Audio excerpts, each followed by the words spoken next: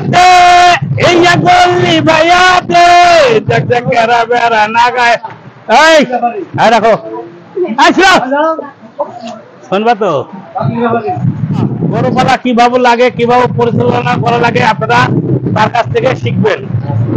আর তুমি কথা কও কিভাবে গরু পালা লাগে, আরে কথা কও কথা কও মানুষ ভালোই জানে না না কথা কও কথা কও ভালো জানে আমার থেকে ৮০,০০০ কইছিল আমি ওকে ৩ লাখ টাকা হলে আমার চালান হবে ৩ লাখ হলে বেশি দেবো আর নিয়াত করছিলাম ২,৮০,০০০ কই মুরব্বী পালাইলো ৩ লক্ষ হলে আমার চালানটা হইতো আমি ওকে ৩ লাখ হলে বিক্রি করে দিই।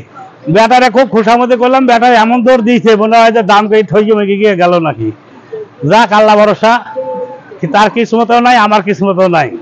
তো দর্শক কোনো টেনশন করবেন না, কুরবানির গরু এবার পানির দামে পাই যাবেন ইনশাল্লাহ।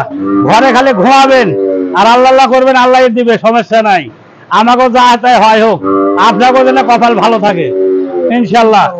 সালামু আলাইকুম, ভালো থাকেন সুস্থ থাকেন।